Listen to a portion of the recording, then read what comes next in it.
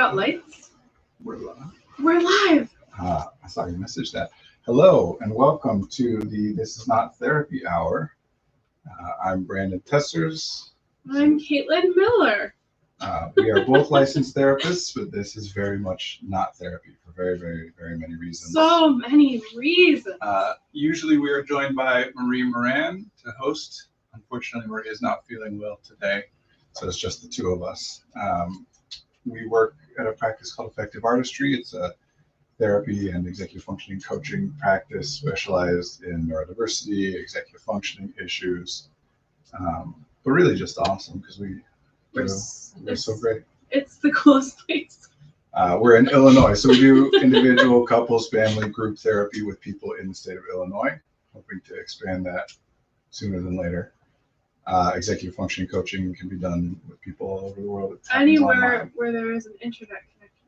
Yeah. You could be in the middle of the ocean, and if you have an internet connection, you can do executive functioning coaching. Yeah, it's true.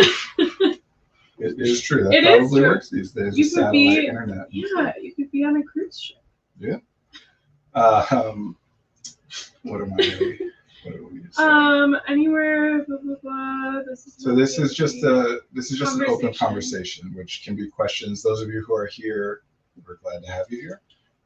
If you are comfortable joining in the chat, we love that because we just have to kind of guess and imagine who you might be and what you might be interested in, unless you're in the chat, and then you can kind of tell us things about what you're interested in. It's just a conversation. The things that we say impact one another, impact you. The things that you say will impact us. We go where we go. I would still say like we usually pick a topic, even though we don't usually pick a topic anymore. At least it's been several weeks since we picked the topic in advance. Yeah. But I feel like that might be a good thing to reinstate at some point. Sure.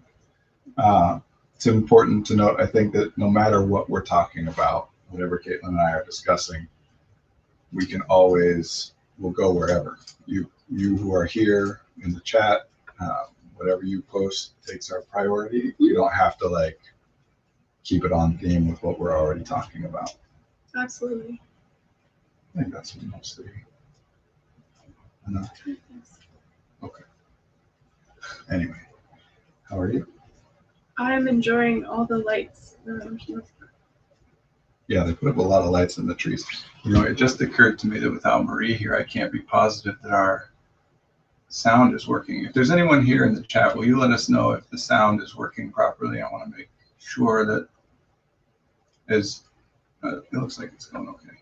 It looks like we can hear you. As you may be able to tell, Twitchy is something? Twitchy is glitchy. It's working. Awesome. Thank you.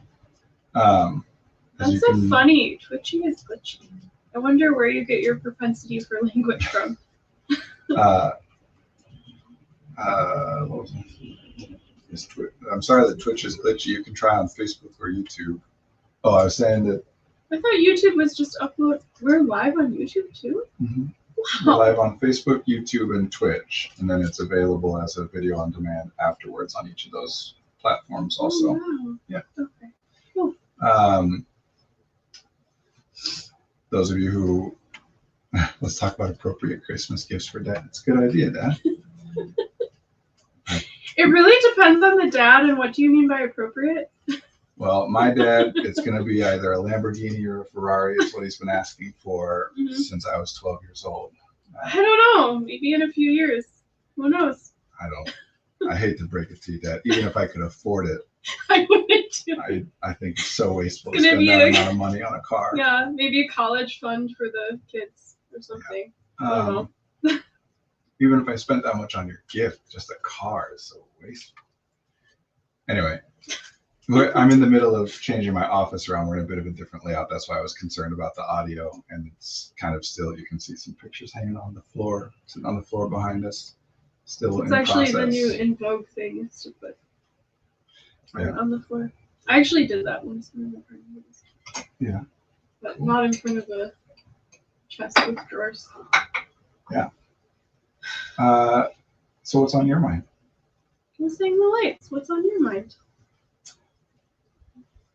Well, two of my kids are sick, but one more so than the other, and we got terrible sleep last night. We were basically trading off like being awake for 2 hours and sleeping for 2 hours at a time.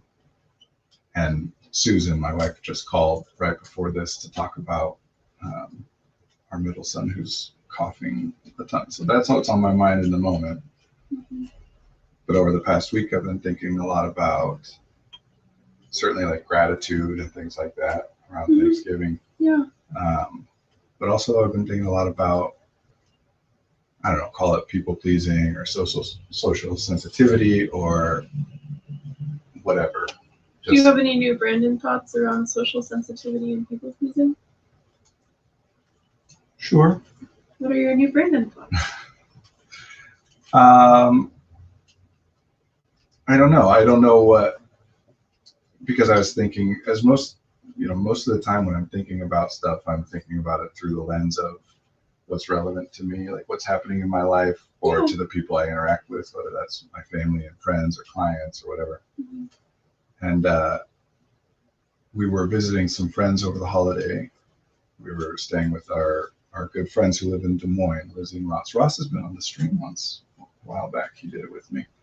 This isn't UK Ross, right? No. Okay. This is my friend Ross that drew that picture up there. Oh my gosh, that means he's super cool. He is super cool. Wow. Lizzie is also super cool, and their son Ollie, their 4-year-old Ollie, is super cool. Augie and Ollie. Yeah, and they're very close in age. Ollie's like 5 months younger. But just. Did you bring your kids there too? Oh yeah, okay. All of us together. And there's a lot of interesting stuff happening with just travel generally and what happens to attentional processes during and after traveling. But anyway, Ross and Lizzie are a lot like myself and Susan and you and a lot of the, that they're very focused on trying to make sure that they're doing what people need from them or want, like trying to we're all trying to make each other happy all the time. Like overbalanced? Out of balance? It's not that it's out of balance per se. It's not even a problematic thing necessarily. It's often very like beneficial and helpful thing. It's people generally like you, right? Yeah, but it's interesting the sort of pinball machine of, oh, well, I did this because I thought it would make you happy. Well, I responded this way because I felt that would make you happy. And then all of a sudden you're like doing something no one wants to do and you're not happy doing it at all. That I call that the gift of the Magi stuff, where like each person is trying to give something to the other person that they think the other person wants, but in trying to do that, it happens. And sometimes it can get really extreme too. Honestly, with Susan and myself, and I assume just generally with couples who are both very sensitive to social data and whose relationships are not like, because all relationships have conflict, right? But not all conflict is about like actual mutually exclusive things. A lot of times conflict is just communication based. And a lot of the time it comes down to that, right? Like when you're trying to guess what somebody else wants and give it to them, and then it turns out that they didn't want it. Either they don't care and therefore didn't notice, or it's actually actively the opposite of what they want. It makes things harder or worse for them. Then there's a tendency to get resentful and be like, well, I did this nice thing. I put all this effort into making you happy and it didn't work. Because it makes you feel bad about yourself first. And then I think those conversations often go to some version of, oh, well, I did, maybe not with you and Susan, but like the average couple, like, oh, I did this thing. And yeah, certainly. And it's like a trade-off between. But to me, that's an issue of communication, not about social sensitivity or whatever. Okay, so where does social sensitivity come in? Well, social sensitivity comes in with trying to guess. Like it. What I'm saying with it's not out of balance or whatever. It's just that you want communication to kind of correlate to how sensitive you are. Like to care very much and pay a lot of attention and put a lot of thought into what someone else wants or how they're feeling or whatever is not inherently a bad thing. But when you're not communicating with that person, then it gets into a lot of like thinking and ruminating. So then essentially some version of, I care a lot about making you happy. What can I do to make you happy? Yes, sure. Although even that Andy, that you and I both worked for, that we met, had a saying of relationships require equal exchange of energy in order to be like sustainable long term. Yeah, totally. Which I do agree with. If one person is saying, I care a lot about making you happy, what can I do, over and over, it actually makes it worse for both people. Yeah, I was kind of thinking of it as like a once in a while sort of thing to say. Can you say more about how it's less helpful? Or how it can make it worse for what both actually people? is most helpful is to tell the other person what you want. Oh, yes. Because when you do that, yeah. you give them the opportunity to like help you or give you what you want, Yeah. and they feel good about that. It also then puts them in a position where they feel as though they can tell you what they want. Both because obviously you're okay doing it, saying what you want, which means that you don't judge people for doing it, but also because, there's always that calculation of how much have I gotten, how much have I given to some extent. It's not a healthy or unhealthy thing. It's just a thing that happens. Call it appropriate or whatever word you want to use. We're always kind of doing that calculation of like what is okay to ask for. And the more that we're doing that with one another, the more that it becomes reciprocal, and then neither of us is having to guess all the time about what other people want. Yeah. And so, how did that apply to your friends? Well, just when there's 4 kids around, that and Thanksgiving dinner being made, it just, life is busy and it's hectic, and we don't get to sit down and talk the way that we used to. And so we don't get to communicate as much. So I worry that I was a bad house guest, or I worry that I wasn't fun enough. And I know that they're also worrying that they didn't make the trip fun enough. We're all exhausted. We're not traveling with young kids is hard. We're all tired, and they're lovely people, and Susan and I are lovely people, and we all love each other and get along. And that's the thing, is that when we get real tired, it tends to manifest more as like, oh no, I think I've done a terrible job of making other people happy, rather than like, oh, these people are jerks. Because they're not. I couldn't think of them that way. Is there a sense of loss of like that the relationship based off of the environment used to exist in a way that was maybe more pleasing? No. I mean, well, I suppose in the sense like you and I were talking about beforehand, about like, certainly there's plenty of times where I'm like, oh man, when I was young and single and didn't have kids, I had so much time and so much energy to just do whatever I felt like doing. But of course, I was also lonely and like looking forward to having the things that I have now. And so it's not a sense of loss. And it's not even a thing I think is, I feel silly about it. No. Like that to sit and ruminate about, oh, have I upset them? Have I been a bad house guest? Especially when I know that they are likely doing, like, oh, have we been a good enough host or whatever. To be in my head about that is unnecessary and unhelpful for me and for them. Is there an element of shame in silly? I wouldn't say so, but maybe depending on how other people would use that word, maybe. It's more just, I recognize it for what it is, which is a sign of my exhaustion. That when I am rested and energized and balanced and whatever, I don't think and feel that way. But as I get more tired, I start to slip more into ruminating and getting in my head, which just then other people read me being in my head and they're like, oh no, is he in his head because I'm doing something? I'm thinking, oh no, are they in their head because I'm doing, it just makes it worse for everybody. Not having clear communication can lead to overthinking. Better to just ask for clarity. Yeah, that's what we're saying. It's not, again, you can't like actually say everything you're thinking and wanting all the time. But the more of it you do, the less the other person has to guess. And one of the things that people will talk about, and they'll use different terms for this depending on the relationships and the patterns. One of the things people will talk about in a lot of different ways when it comes to whether you call it mental health or relationships or whatever, is this pattern of, I thought things were fine, and then all of a sudden there's a blow up.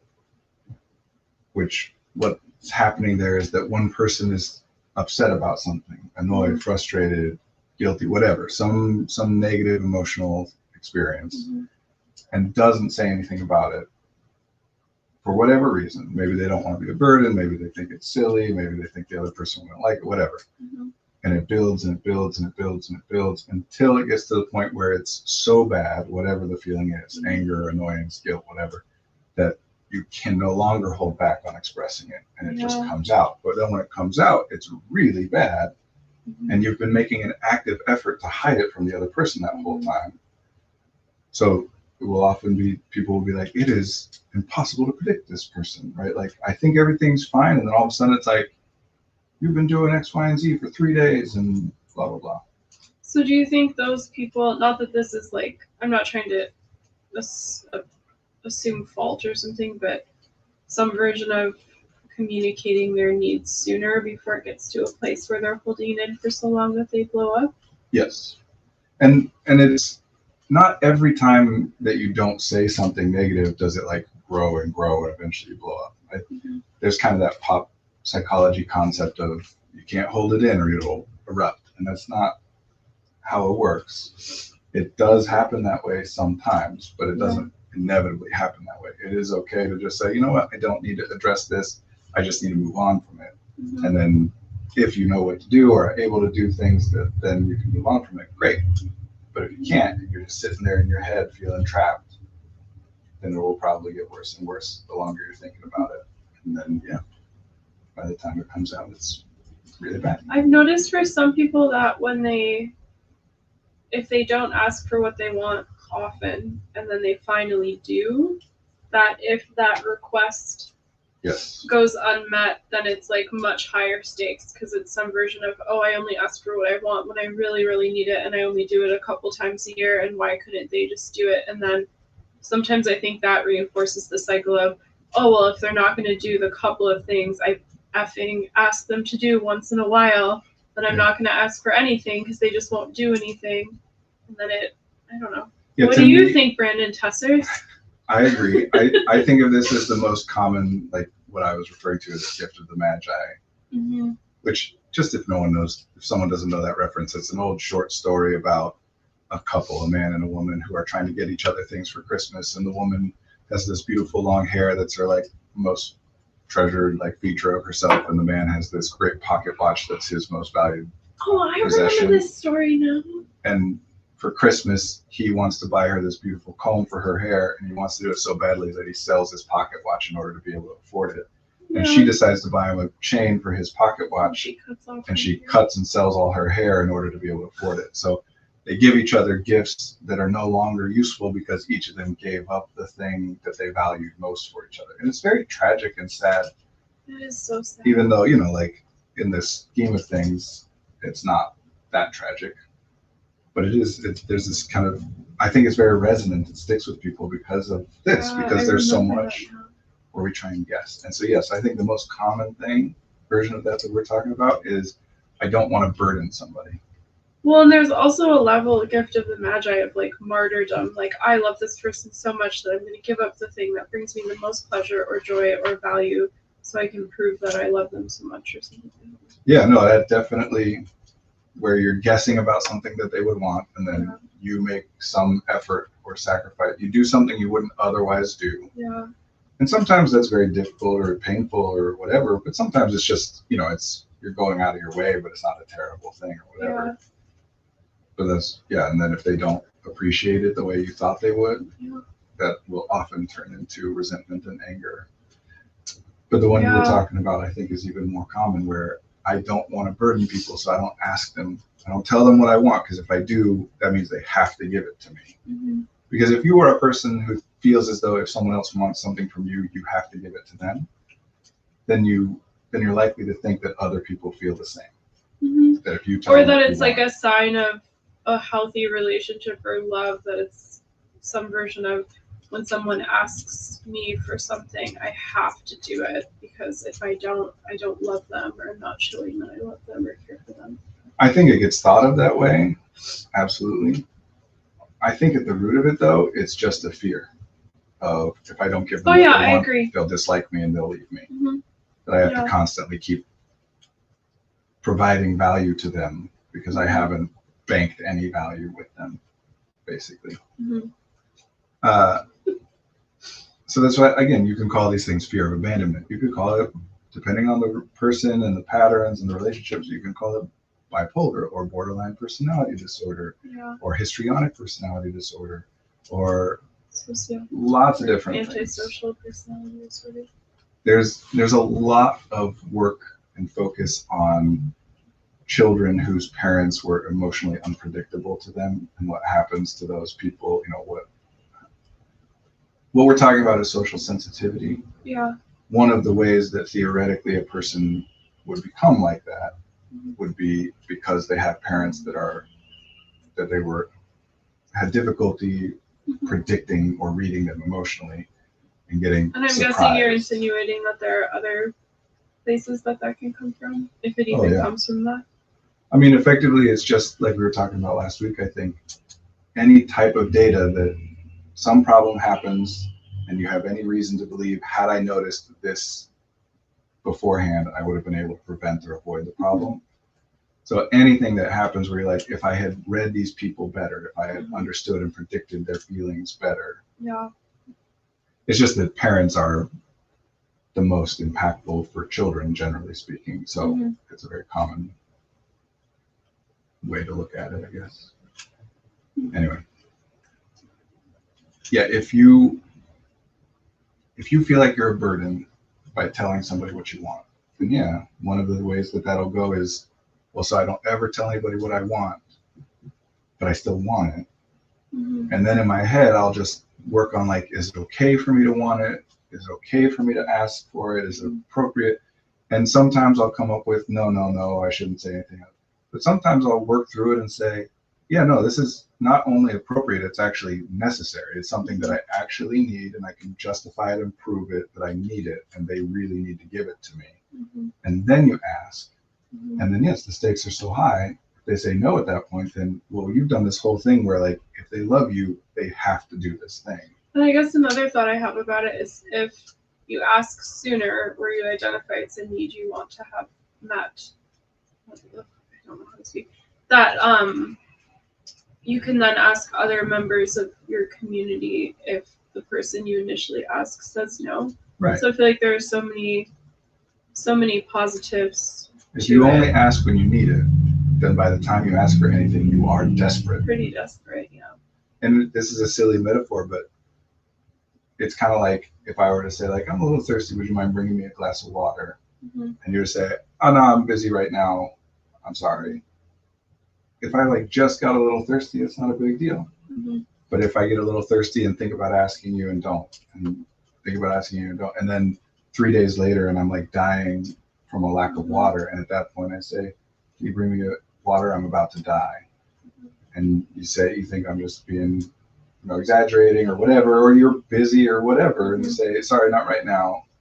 And at that point it's like, all I'm asking for is for you to just walk and give me a glass of water to save my life. Like, you don't even care enough about my life to walk over and get me some water. And also sometimes the person on the receiving end of that can be like, why are you so dramatic? And why are you so, why do you only ask when you're about to die? And why does your life suck this much? And then I felt obligated to get you a glass of water because you were freaking out so much, but I actually resent you. Because you get so angry at me if I say no. Like, I'm not allowed to. So then you reinforce, like you said, that reinforces the thing of like, okay, well, people do respond as though me asking them for something is an obligation that they have to do. So now I think that goes into some of the isolation you talk about, I think in society in general, but also with neurodivergent people, where it's some version of, I need to solve all my problems on my own. Yeah. And then they're trying to solve problems that aren't solvable on your own. Yep. There's a couple comments here. Bass Insider. I'm usually pretty decent at communicating, but I had the weird experience when staying with my sister where I just could not think of how to explain things and really didn't think she would understand. So I just kind of shut down and couldn't communicate. Yep. That's a pretty common one. I mean, again, especially for neurodivergent people, but certainly not exclusive to neurodivergent people. I have some clients talking about that now too during the holidays. Like, I'm going to be staying with my family for 7 days, and they always do this one thing, and I don't know how to communicate because it seems so stuck, and I've tried in the past and it didn't work, and it still doesn't work, and like those kind of entrenched. It's always people getting met. Yeah, they're in their head predicting whether or not the other person, it's not actually about, well, I was going to say it's not actually about understanding, which it kind of is, because the way that you would know that they understand is that they would do or, give you what you're asking, modify whatever they're doing. Like, well, couldn't it also be that they kind of repeat it back to you and say something like, that's a valid need, I just can't meet that right now? Yeah. But usually when we're talking about like If it's that bad, traveling yeah. and hanging out with family and stuff, like Yeah. you were the example, usually we're talking about it something that they're doing or something that doesn't work for me and I need to be Yeah. changed. Mm-hmm. And because a lot of the time, like we were just talking about, the understanding piece of it is, no, if they really understood it, then they would give it to me. Like Because it's so obvious and they're capable of doing it because to it's me. necessary, right? By the time you think of it, like I wouldn't ask for this except that I need it. And so if they say back the words to me and then still say no, then they obviously don't understand how this works for me. Oh, that's so sad. Which is a very neurodivergent or very common neurodivergent thing, is like, if people understood how difficult this was for me, if they understood, no, it's not just I don't like it or it's hard, it's I can't, stuff like that.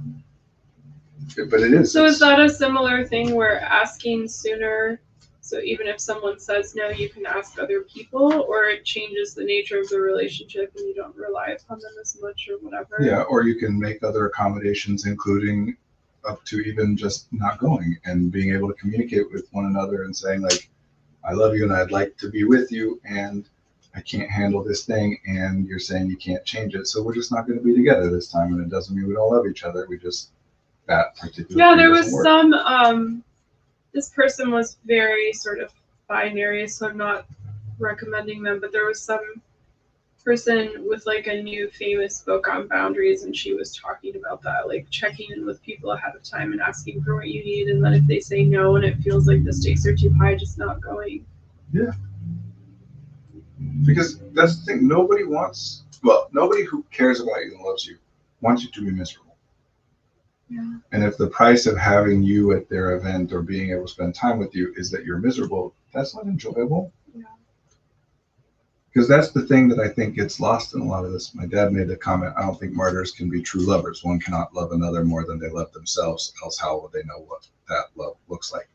And I think there's truth to that. I mean, that's written in a very like poetic kind of a way. But I think there's,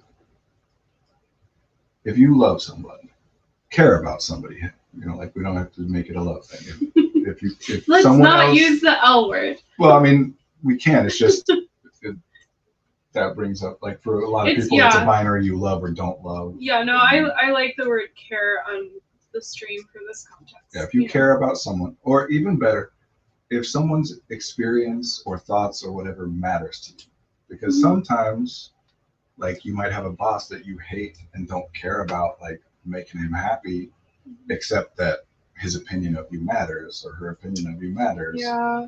So whenever there's somebody whose emotional experience and perception of you matters to you, then you want them to be happier.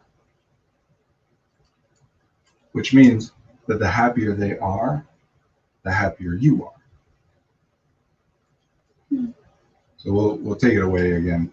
No, I was just thinking there's like some kid song that I used to sing about like the happier together, blah blah blah, the happier we'll be. Happier together. Yep, there we go. The happier we'll be. There's something about then my friend and your friend and da, da, da, da. I mean, I realized the other day, Brandon, this is a side, but that I'm very good at remembering melodies, but surprise, surprise, it's very hard for me to remember words. Oh, that's so interesting, and I would love to talk about that. Yeah. So my thoughts on the, like, you can't be a martyr and be a true, lover or whatever. It's just, if making yourself unhappy or miserable or whatever is how you feel as though you are demonstrating love, right? Like that if I love this person, it means that I make sacrifices for them and I do difficult things. Well, that person, if they also care about you, wants you to be happy too. And if you are not, if you're miserable, then they are more miserable than they otherwise would have been. It is possible to still be happy when someone you love is miserable, but you can't be as happy as you would otherwise be if you're aware of them being miserable. Yeah. And even more than that, think about, not only are they seeing that you're miserable and they would rather that you be happy, but they're getting a sense that they are the cause of some of your misery. That because of them and the things that they like, the things that you are doing on their behalf or for them is making you miserable. Think about you. If someone you love or care about is making sacrifices for you, making themselves sad and miserable to do things for you, to give you things that you want, do you like that? Are you asking that? Of course not. Yeah. I mean, and sometimes I can think of one person in particular this happens, like, I would say once in a while with, and then usually that incentivizes me, my gut reaction. I don't do this anymore, but some version of, I'm just going to stop asking them for things because they're sacrificing themselves so much that I'm just going to say, I'm okay. Yeah. And we're right back. This is another entry point into that same cycle. Yeah. Anything that, and there's lots of different ways to get there, but anything that ends up with, I should communicate less, I should tell this person less, is always going to be bad for the relationship, period. Yeah, I would say the exception, which I know you're not saying this, is in relationships that are cause a lot of pain, that's a way to kind of step away from it. Well, sure, if you want the relationship to get more tenuous or stop. I mean, very literally, if you want a relationship to diminish in your life or no longer be a part, you just communicate and interact with that person less or not at all. That's what a relationship is, how much you interact and communicate with the other person. Yeah. If you want the relationship to be better and stronger, you do more of it. If you want it to be weaker, you do less of it. There is no version of, I will make this relationship stronger by communicating less. Yeah. But me included, some of us,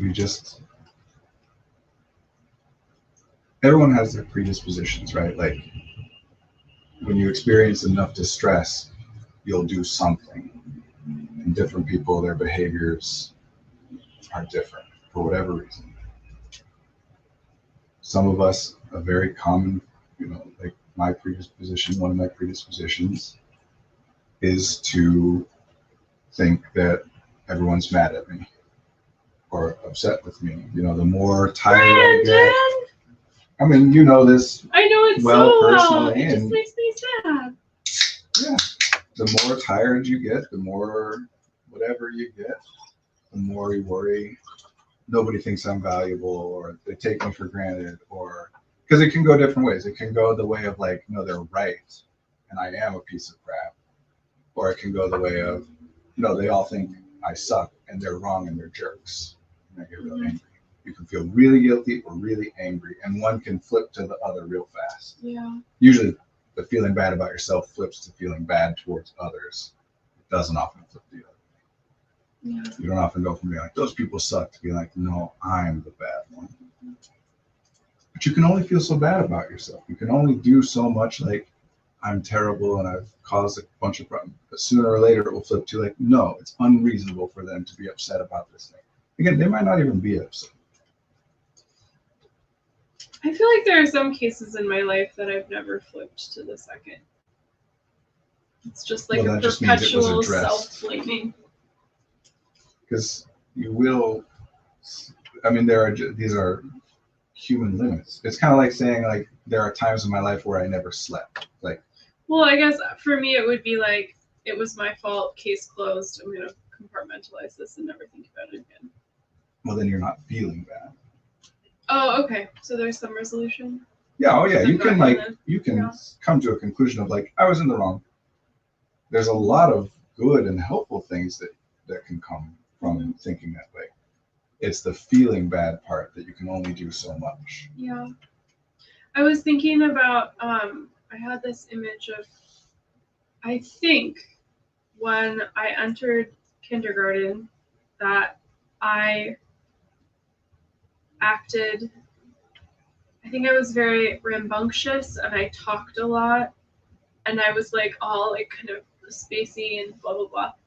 And my first report card said something about like Caitlin is very bad, like poorly behaved. And guess what happened after that? I essentially never misbehaved for the rest of my school career. And I remember reading that and being like, and I remember very few things in my life, but that feeling of I am a burden, I messed up, like I'm bad. In ways that I didn't know and nobody told me at the time. Yeah.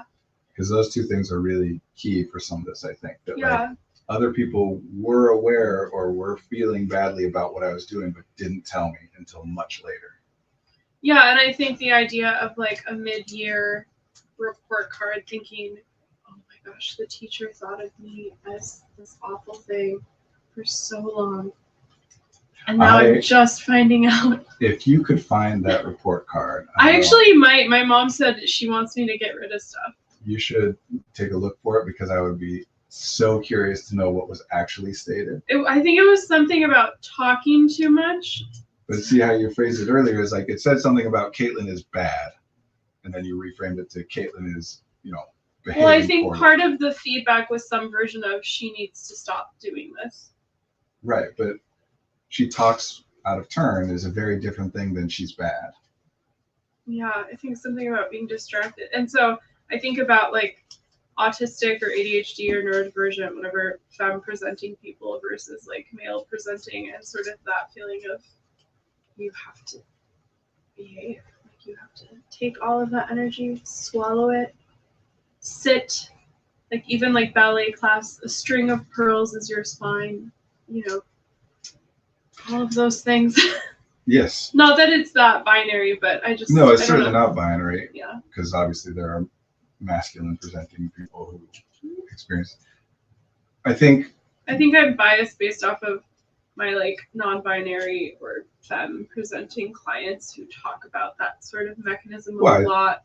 Yeah, I don't think it's equally distributed by any means. Yeah. But I think really what it is that it correlates with other things, and those things are also things which happen more frequently for femme presenting or female identified people. So that it's not exclusively about being identified as a woman. Yeah. But it is stuff that happens way more frequently and constantly and intensely, statistically speaking, broadly speaking, for femme presenting people. I think it has a lot to do with people paying attention to you when you don't know that they are and aren't inviting or trying to get their attention. Oh. Which does for some similar and some other reasons happen more for feminine presenting people in our culture. Good. Can you tell me how I got from that to what you were talking about? Because there was some connection, but now I'm not able to track it. I think you were talking about like how hard you took that little comment. Oh, and similar to everything. Yeah. So was that similar to the needs conversation? What is Coach? Never mind. What's Coach Fritz saying? I can't read. He says he used to tell people who said, I'm taking care of my kids right now. When I'm done with that, I'll take care of myself. He would encourage them to take care of themselves and that they'd be able to take care of their kids even better. He says that's the thinking that leads to self-harm or suicide. And, I mean, there's certainly commonly truth to that. I was thinking with his martyrdom comment that I've noticed in clients that eventually they hit a wall and something changes, and sometimes that's their bodies shutting down. Another reason I think there are certain physical ailments that correlate with feminine presenting and people who are socialized as women people, because I know it was a silly metaphor, but the drink of water thing, right? Like if I never ask for a drink of water and tell I'm about to die of thirst, that's going to like cause some physical issues that didn't necessarily need to have happened or hypothetically might not have happened had I been drinking water more frequently, right? Like, I've had clients say something like having a trauma to their physical body in, let's say, middle school, and then some version of I've been hating my body or separate from my body ever since. And at the age of, usually it's mid-20s to early 40s, everything just shuts down. And I know that's technically a story and it's a little insight oriented or whatever, but it's just interesting how people track it. I hear that stuff a lot, and that's what I tend to talk about through the lens of deprioritized interoception. That certainly can be related to traumatic events or experiences, but doesn't necessarily have to be. Oh yeah, it doesn't have to that be. Like you just don't pay very much attention. It's also not like obviously the specifics are different for each person, but you'd be hard pressed to find anybody who's 40 who wouldn't say something like, yeah, I used to not really think about what my body needed at all because I could do whatever and it wasn't a problem, but now I have to think about it a lot. I guess I was thinking in particular about a client who shut down so much that they were like unemployed for a year and a half and just laying in bed, like that level of sort of, what did you say, deprioritized interoception? Yes, although in that case, well, I don't know the specifics, but generally that has other stuff involved. Yeah. Especially if it's persisting for that long. Because what could happen with a lack of awareness of your body and its needs, right, is that you push and you push and you push to the point where all of a sudden you can't function, like you can't get out of bed, and that's the first time you notice anything wrong. That absolutely can happen. But once that happens, like eventually it gets bad enough that you do notice it, and you're like, I cannot get out of bed. And at that point, all of a sudden, what mostly then happens is that you become very aware of your body and its state and what it needs. With theoretically the intention, the point of that would be that then you start addressing and giving the body what it needs, resting more and whatever. So if it's persisting for a year and a half, then either there are some like longer term medical issue that like by the time that it first kicked in, or by the time that awareness came around, there was damage done to the body that was like beyond the ability to repair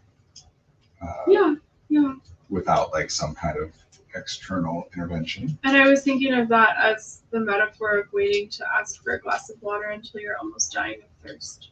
Yeah.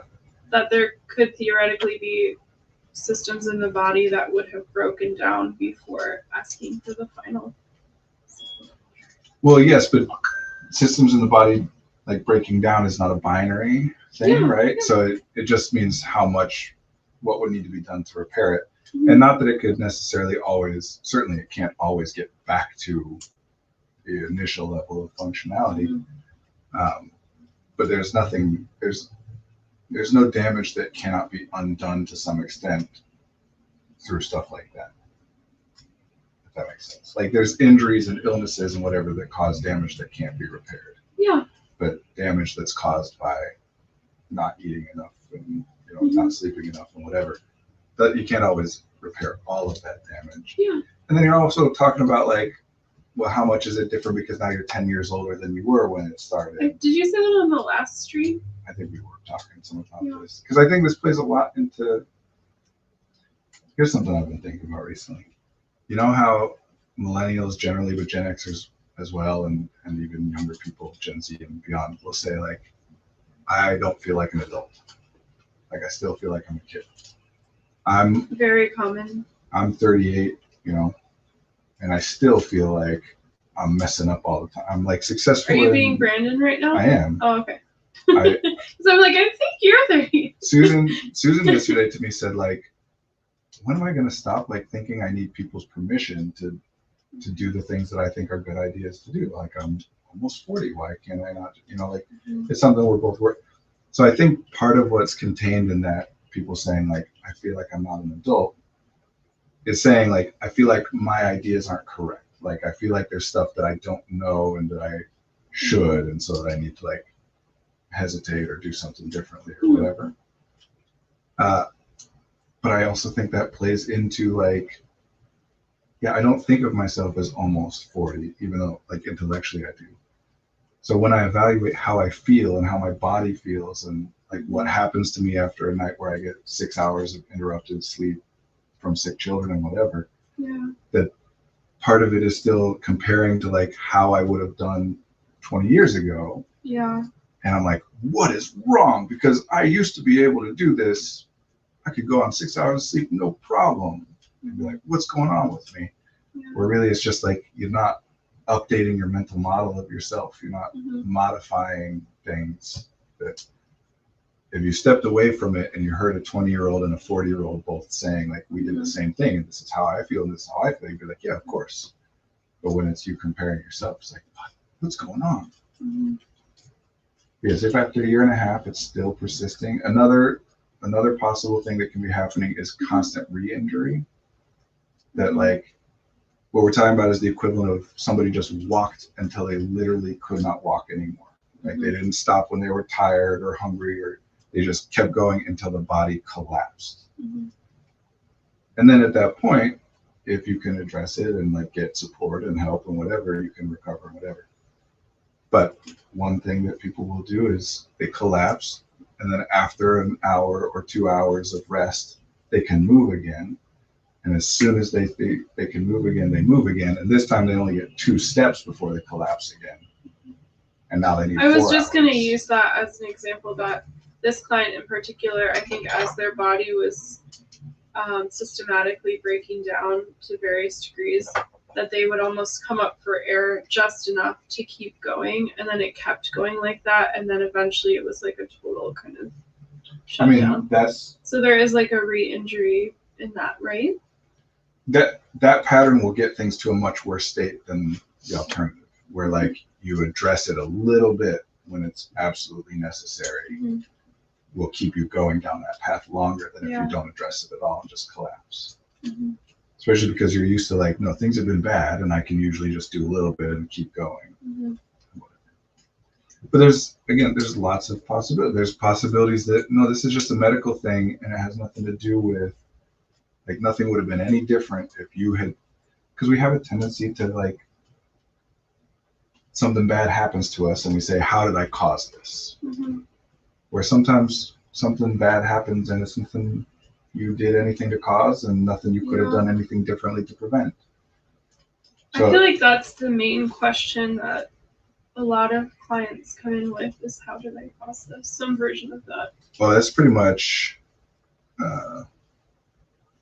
sorry, my dad said, you may have inherited that from me, that when will I grow up? He said, he asked himself that yesterday. Honestly, really, I think feeling like an adult is not, like you ask people, okay, well, why aren't you an adult? What would make you an adult? And they'll say, you know, I just don't know how to do stuff. And for some reason, they'll always say taxes. Like, I don't even know how to do my taxes. But most people don't do their taxes. The tax preparation industry is a huge industry for a reason. Usually I refer to that when it's some version of I'm not meeting basic needs. That's never true or you'd be dead. I think there are societal standards of like, this is how you keep your house. This is how healthy you are. Calling this that is a basic need is probably part of the issue. Yeah, I was listening to a podcast yesterday about etiquette, and I think it reminds me of that, where they said if you're in a culture that is essentially homogenous, that etiquette can exist because the standards can be communicated without words, but that the United States at this point is so not homogenous. What is it? Heterogeneous? Whatever. Yeah. That etiquette can't really exist anymore. And it kind of reminds me of that. Like, to be an adult, this is how one must live one's life. Or else you're not an adult. You're not responsible. You're just as a quick, like, actionable thing for people, yeah. This is one of the, like, the most powerful, quick interventions that I have. Stop saying need and stop saying have to. Yeah, yeah. If you, even in your own count head, in that too? Should as well. Yeah. Now, if you're going to use those terms, either in your thoughts or in your word, in your speech, if you're going to use those terms, then you have to attach to it or else, right? I need to blank or else whatever will happen. I need to blank in order to. I have to blank or else whatever. If you don't say the second part of that, then you're you literally default to thinking, or I will die. Mm-hmm. And when I say this to people, they're like, no, that's silly. I'm not mistaken. Oh, I about totally that. understand that. But no, you're You in get like panic a feeling attacks. of dread. Like, your body Yeah. is responding as though Yeah. you will die. Fight or flight is a thing that's supposed to happen when you are in danger of dying. Mm-hmm. And it happens to people every day. All the time. So change the language Mm-hmm. to I want to, and we can do a lot about want and the different things. Mm-hmm. And I'm not saying always want to is one option. Or I would benefit from, it would be valuable to, it would be beneficial to, it is important to, Mm-hmm. et cetera, et cetera. Just stay away from have to, need to, and should, Yeah. because those ones will make you feel like you're dying. Like you just called keeping your house clean a basic need. Oh, and I don't believe that. Right. But we yeah, do. yeah. We talk about it that way. Yeah, and I once met someone who was so judgmental of things not being, and then the should and the need, and oh my gosh. And did you tell them So that hard. a basic need is to not be judgmental of people? No, I didn't. But they're no longer in my life, so I guess. Well, these things are not sustainable, right? Yeah. Anyway, I got distracted by my dad's comment, and you had said something that I was going to respond to before I got distracted by it. I don't remember. I don't either. Oh, you were It's saying- coming up for air. You're saying that people come in saying, like, how did I cause this? Oh yeah, I feel like that's, and we talk about it a lot, but sort of the major question of the beginning of therapy for people who are more predisposed to blame themselves. Well, I think it's everyone in therapy. Yeah. I think the popular conception of therapy, including what most therapists think, and Yeah. therefore what most therapy actually is, Mm-hmm. rests on the premise that all the things that you're feeling and dealing with are things that you can resolve by changing how you think. Mm-hmm. And I think even the therapists who will acknowledge there's a cap to the amount that you can change based off of the environment, they're still estimating way higher. Sure.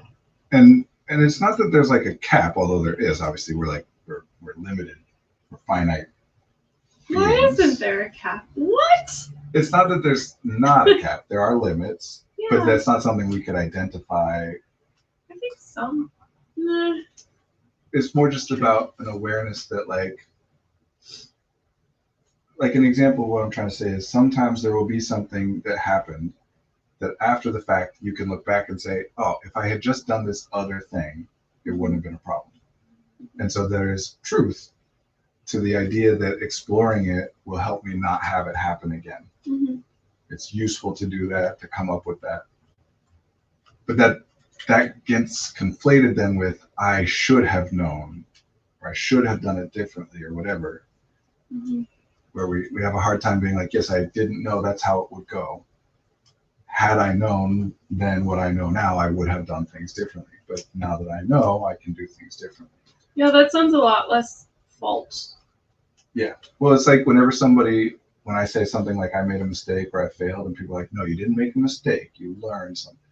Like the idea that making a mistake or failing is somehow a bad Really thing bad. and you shouldn't acknowledge, which words mean different things to different people. So whatever, how people think of it. But to me, a mistake is I somehow, some way contributed to or allowed to happen something that is not what I wanted.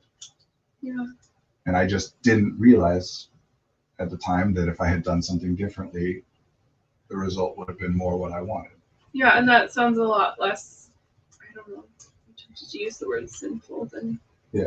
Well, like, because this whole, what I would call toxic positivity, what you're saying, like, oh, you didn't make a mistake, you just learned, whatever. Okay, what about when a person trips? Like, just stumbles, like physically? I do think those people might say, sweetie, it wasn't a mistake. So what would you call it? I don't know, I'm not those people. I know that's what we obviously sometimes there's something we could have noticed but didn't notice, and therefore we behave in a certain way. You know, like there are times where you're trying to compliment somebody and you offend them. Mhm. And then after the fact, you can learn and understand and be like, okay, I totally see why that happened and I'll make a change. But you didn't know it at the time. Just because. I feel like that's something that, and I am very biased against social media, and I will admit that.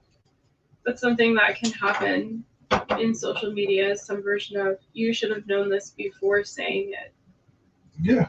And I'm really, really mad at you that you said it without knowing. Yes, people will say that sometimes.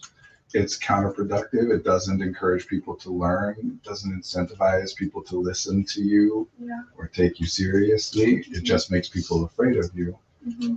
But it also gets you influence and sway with other people, and there are reasons for it. But no, if you're trying to actually get somebody to listen to you and make changes you think that they should make, then generally saying you're a terrible person and you should have already known doesn't make them hear you and change.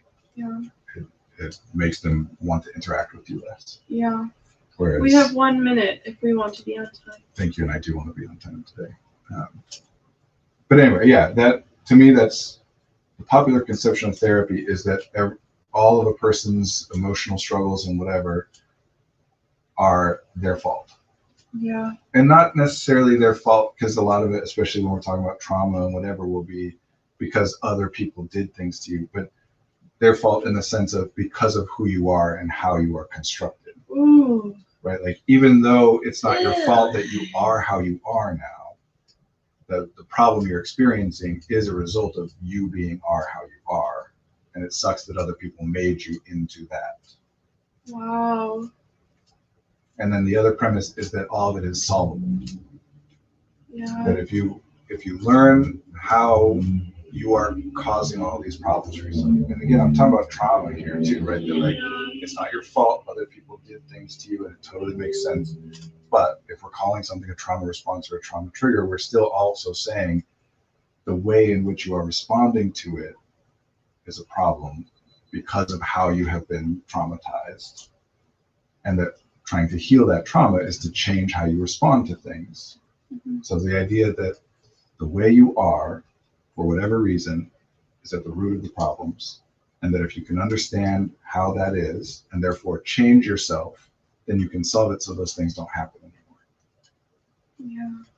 So the idea that you only get really sad because you're making some mistake or missing something or thinking about, you only get really angry because you're having an irrational response to a thing, even though it's reasonable and rational that you're having that response based on traumatic events in the past. It is now in this moment irrational because you're just being triggered by something that's not actually happening right now, kind of thing. Mm-hmm.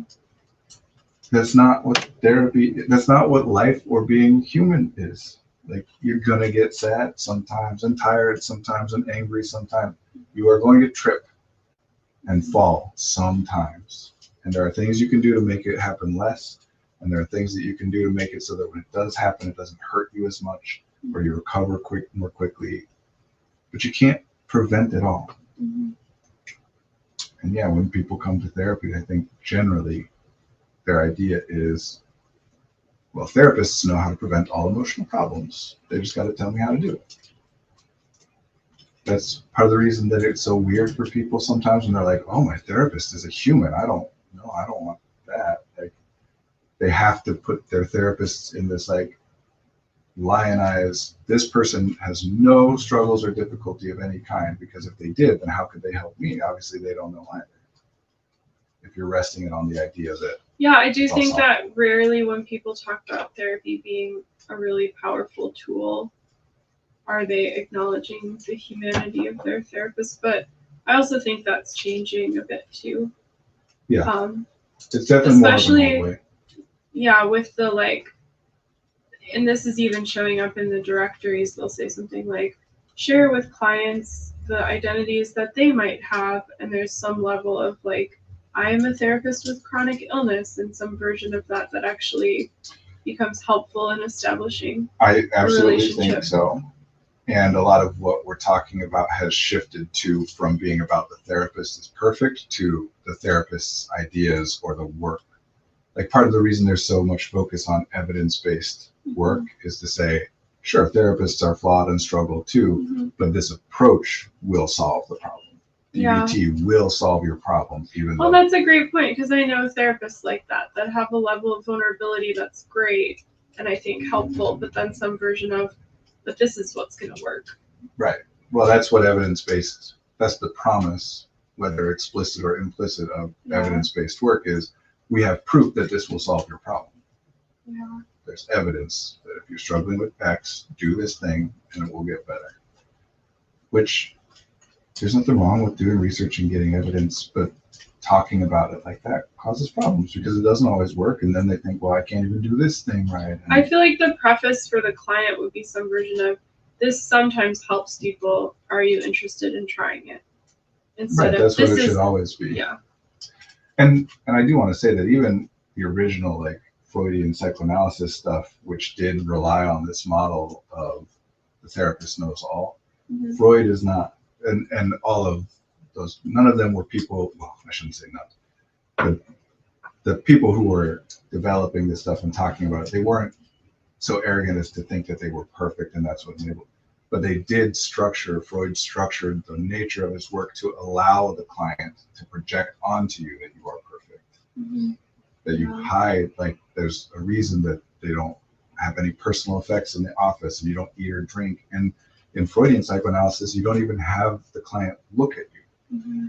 because they do know that they're not perfect, but they still think that in order for the work to be helpful to the client has to have a perfect conceptualization of And you. I know this sounds kind of spiritual, but it's almost like assuming a godlike status. I think they would probably say that they're, in that metaphor, being more like the clergy. Yeah, I don't think they would say that, but it's or like, I guess a more spiritualistic term would be an oracle or something. Like you are a human body, but a wisdom so divine comes through you as a vessel. Or that you're allowing them to access something, even if it's not coming through you. Is that clergy? That makes sense. I don't know. Ish. We're making this metaphor up, you and I, right now. I'm always afraid to mention religion, but I think it's fascinating, and I think it's a topic on many people's minds right now. Clergy are humans, and they would always say, like, they would acknowledge that they're human and flawed and limited, but they're major, generally that what will be talked about as some version of a calling, that they didn't choose it, it was chosen, they needed to do it kind of thing, is to help other people to access and understand the divine, not be divine. They're not divine. Mm-hmm. But that changes and when on you that talk note, about like we're all prophets divine. and popes, and sometimes it crosses over into like, no, I am the prophet. Yeah. But yeah. Anyway. It was nice being with you, Coach Fritz. And Best Insider too, and anyone else that was here. It was nice to be with you. Yeah. We've been all over the place. Here's the takeaways. Communicate with people. If you care about people who care about you, they want you to be happy. They want to be able to give you things that you want. Don't make that hard for them. Make it as easy as you want to help them out. Make it as easy as possible for them to give you stuff you want. Mm-hmm. Don't make them work hard for it. Just tell them. You want relationships to get better? Communicate more. Yay! Yeah. All right. I really do think that's great. Sometimes when I say things, when I'm genuinely enthusiastic, it sounds sarcastic, but I'm not. I didn't think you were being sarcastic. Oh, okay, good. I just didn't have a button to put on it because I would just go on and on about it. Anyway, yeah. We got to get going. We have buttons. Yeah. Good to be with you all. We'll be here same time next week. Hopefully Marie will be feeling better and able to join us. Yeah. Now Brandon will get up and press the button. Oh no, you don't even have to get up. Okay, bye. Bye.